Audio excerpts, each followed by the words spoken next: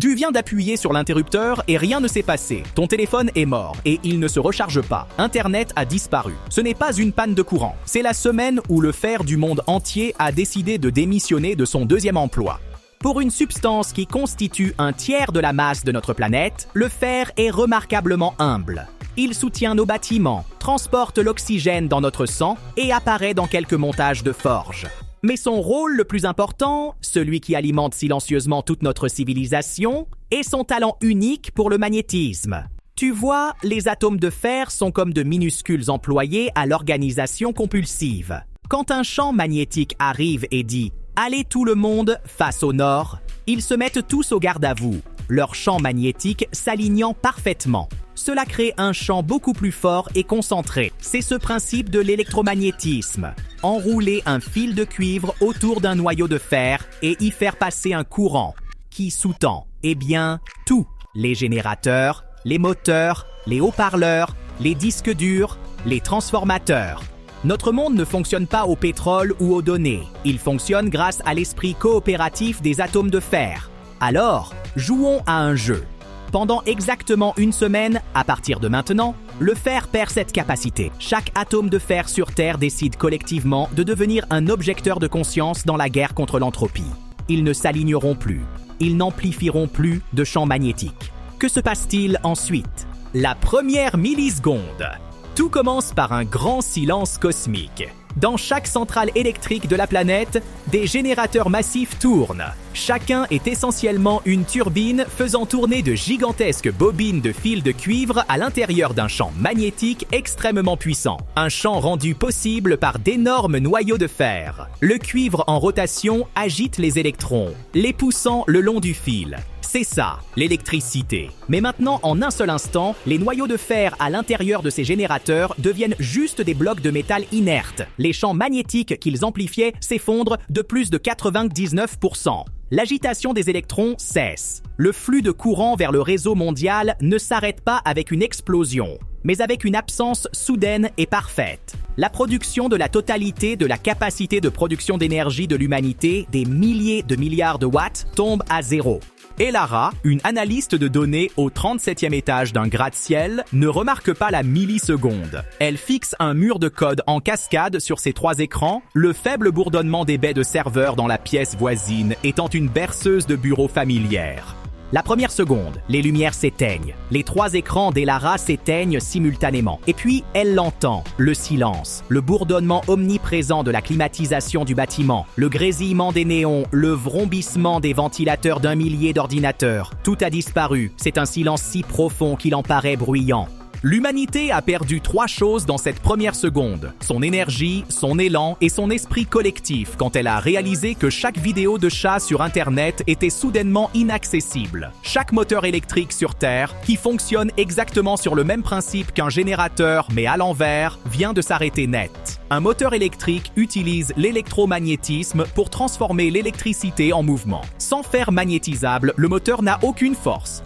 Dans la rue, 37 étages en dessous d'Elara, chaque voiture électrique et hybride s'immobilise en silence. Dans les artères de la ville, les rames de métro s'arrêtent en roue libre dans des tunnels sombres. Les ascenseurs se bloquent entre les étages. Mais le plus gros problème, c'est l'eau. Chaque système municipal d'approvisionnement en eau dépend de pompes électriques colossales pour acheminer l'eau des réservoirs au robinet. Ces pompes sont maintenant silencieuses. La pression de l'eau dans les canalisations de chaque ville sur Terre commence à chuter. La première minute, un étrange cliquetis résonne dans les cuisines du monde entier. C'est le bruit de chaque aimant de réfrigérateur, chaque liste de courses, chaque œuvre d'art en macaroni tenue en l'air par un soleil de dessin animé souriant qui tombe par terre. Une conséquence mineure, presque comique, mais une métaphore parfaite. Les forces qui maintenaient notre monde ont lâché prise. Et Lara, assise dans le noir, attrape son téléphone. L'écran est noir. Elle maintient le bouton d'alimentation. Rien. La batterie est pleine, mais le minuscule moteur vibrant à l'intérieur ne peut pas fonctionner. Les haut-parleurs, qui utilisent des électroaimants pour créer du son, sont inutiles. L'appareil est une brique. Le changement le plus profond, cependant, est un changement que nous ne pouvons heureusement pas ressentir directement. La première pensée paniquée de beaucoup de gens pourrait être le champ magnétique de la Terre. Il est généré par le fer liquide en mouvement dans le noyau externe, n'est-ce pas? Sommes-nous maintenant sans défense contre un vent solaire qui veut nous relooker en Tchernobyl à l'échelle planétaire? Eh bien là, on a un coup de chance. Le noyau de la Terre est une dynamo.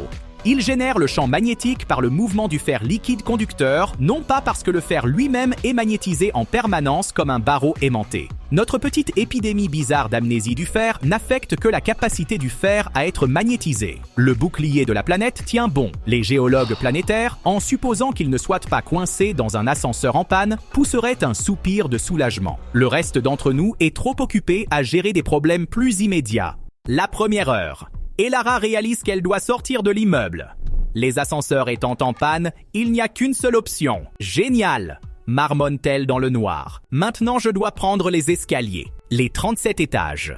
Elle se joint à un petit filet de collègues angoissés qui descendent par la cage d'escalier de secours. Les lampes de poche de leurs téléphones étant manifestement absentes. Le monde a été plongé dans un état de silence profond et sans précédent. Pas de bourdonnement de la circulation, pas de sirène au loin, pas de musique s'échappant des écouteurs, juste des bruits de pas et des respirations nerveuses. Quand elle émerge enfin dans la rue, la scène est d'une immobilité totale. Les voitures sont garées au hasard, là où elles se sont arrêtées en roue libre. Les feux de circulation sont éteints. Un fleuve grandissant de personnes se déverse des tours de bureaux silencieuses. Une masse confuse et déconnectée. Il n'y a pas de bulletin d'information, pas de mise à jour sur les réseaux sociaux, aucun moyen d'appeler qui que ce soit. Pour la première fois en un siècle, une grande ville est vraiment totalement hors ligne. L'économie mondiale, une machine complexe et délicate construite sur le flux instantané d'électrons, vient de connaître ce qu'un administrateur système appellerait techniquement une erreur non récupérable. Tous les marchés financiers sont gelés, toutes les transactions par carte de crédit ont cessé. Toute l'architecture numérique de la finance moderne a disparu, enfermée dans des disques durs qui ne peuvent plus tourner. Jour 1. Le soleil se lève sur un monde qui a été ramené de force au XVIIIe siècle, mais avec 8 milliards de personnes, dont la plupart ne savent pas comment barater du beurre. La crise immédiate est l'eau. Dans les villes, il n'y en a plus. Sans électricité pour les pompes, les robinets sont à sec. L'eau en bouteille dans les magasins disparaît en quelques heures. Les systèmes d'assainissement, qui dépendent également de pompes électriques, commencent à tomber en panne. La deuxième crise est la nourriture. La chaîne d'approvisionnement alimentaire mondiale est un miracle de livraison juste à temps, entièrement coordonné numériquement et transporté par des systèmes qui dépendent de composants électriques. Cette chaîne est rompue. Pire encore, chaque réfrigérateur et congélateur dans le monde n'est plus qu'une boîte bien isolée qui se réchauffe lentement. La détérioration collective de la nourriture périssable de l'humanité a commencé. Et Lara est de retour dans son appartement. Elle est rentrée chez elle. La montée des 37 étages a été, c'est le moins qu'on puisse dire, du cardio. Son frigo est une bombe à retardement de yaourt qui périme. Elle a quelques litres d'eau en bouteille qu'elle a pris dans la cuisine du bureau. Mais elle sait que ce n'est pas assez. Elle regarde la ville par sa fenêtre. Alors que le crépuscule tombe, les seules lumières sont les vacillements de feux désespérés. Faits à la hâte dans les parcs et sur les toits. Il n'y a pas d'avion dans le ciel. Tous les avions modernes dépendent fondamentalement de la production d'électricité pour leur navigation, leurs commandes et leurs instruments. Tout avion qui était en l'air lorsque l'événement s'est produit avait au mieux quelques heures d'autonomie sur ces systèmes de secours alimentés par batterie avant de devenir un planeur très sophistiqué. Les résultats n'ont pas été jolis. Jour 3. La société se fracture. Sans communication, il n'y a pas d'organisation à grande échelle. Les gouvernements ne peuvent pas gouverner. Ils ne peuvent pas diffuser de messages, coordonner les secours ou déployer des ressources. Leurs véhicules ne démarrent pas. Leurs radios sont silencieuses. Tout véhicule doté d'un système d'allumage électronique moderne qui utilise des principes électromagnétiques est inutile. Cela inclut pratiquement toutes les voitures, tous les camions et tous les générateurs fabriqués au cours des 40 dernières années. Quelques très vieux moteurs diesel, du genre qui ne dépendent que de la compression mécanique, pourraient encore fonctionner. Une poignée de passionnés de voitures de collection se retrouve soudain à posséder les moyens de transport les plus avancés de la planète.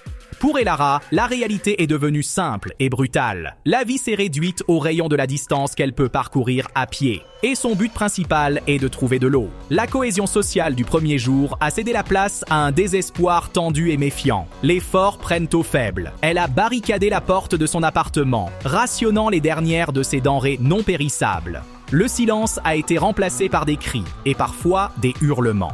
La plus grande ironie est la quantité phénoménale de connaissances inutiles que nous possédons. Nous avons les plans des générateurs, la compréhension de la physique, les formules chimiques des médicaments. Mais nous ne pouvons rien en faire. Pour reconstruire, il faut des outils. Et nos outils électriques, nos perceuses, nos tours et nos postes à souder sont tous silencieux. Pour fabriquer du nouveau fer qui fonctionne, il faut l'extraire, le transporter et le fondre. Tous des processus qui nécessitent un niveau d'énergie et de mécanisation qui a disparu. Nous sommes des génies piégés dans un âge sombre technologique que nous avons nous-mêmes créé. Jour 7, le dernier jour. Le monde est une mosaïque de petites communautés isolées qui luttent pour survivre. Les grandes villes sont devenues des pièges mortels, des monuments à un âge de puissance oublié. Les gens migrent à pied, essayant d'atteindre des sources d'eau douce, rivières, lacs. L'agriculture s'est effondrée. Sans pompes électriques pour l'irrigation, de vastes étendues de terres agricoles se transforment en poussière. L'humanité a subi la désindustrialisation la plus rapide et la plus brutale que l'on puisse imaginer. Des milliards de personnes sont confrontées à la famine et à la maladie. Elara s'est regroupée avec quelques-uns de ses voisins. Ils ont réussi à pénétrer dans l'énorme réservoir d'eau sur le toit de l'immeuble, s'assurant une ressource temporaire mais vitale. Ce sont des survivants, pour l'instant. Ils ont regardé la grande ville silencieuse en dessous d'eux commencer à se décomposer. Mais une question reste en suspens, une lueur d'espoir ou peut-être de désespoir ultime. Que se passera-t-il à la fin de la semaine ? La première seconde de la deuxième semaine. Et puis, ça revient. Dans un coin poussiéreux de l'univers, le règlement cosmique est modifié. Les atomes de fer se souviennent de leur ancien travail. Ils sont, une fois de plus, prêts à se mettre en rang. À cet instant, plusieurs choses se produisent. Une éolienne, tournant encore dans un champ oublié, voit soudain son électroaimant se réengager. Elle envoie une surtension dans une ligne morte. Une surtension qui ne va nulle part et grille rapidement son propre transformateur.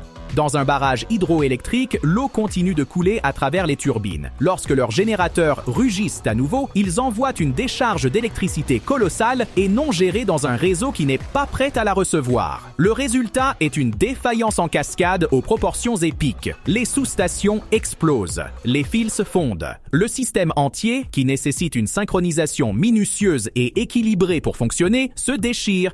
Pour Elara, le retour est marqué par un seul événement surprenant. Les lumières de secours dans sa cage d'escalier, fonctionnant sur une batterie de secours qui était hors ligne mais toujours chargée, s'allument en vacillant. Pendant un instant, il y a un soupir d'espoir collectif de la part de son petit groupe. Mais c'est une fausse aurore. Le réseau a disparu. Pas seulement éteint, mais physiquement cassé. L'infrastructure est en miettes. Même avec le retour du magnétisme, nous sommes à des siècles de reconstruire ce que nous avons perdu en une seconde. Nous avons la connaissance, mais nous avons perdu les outils nécessaires pour fabriquer les outils.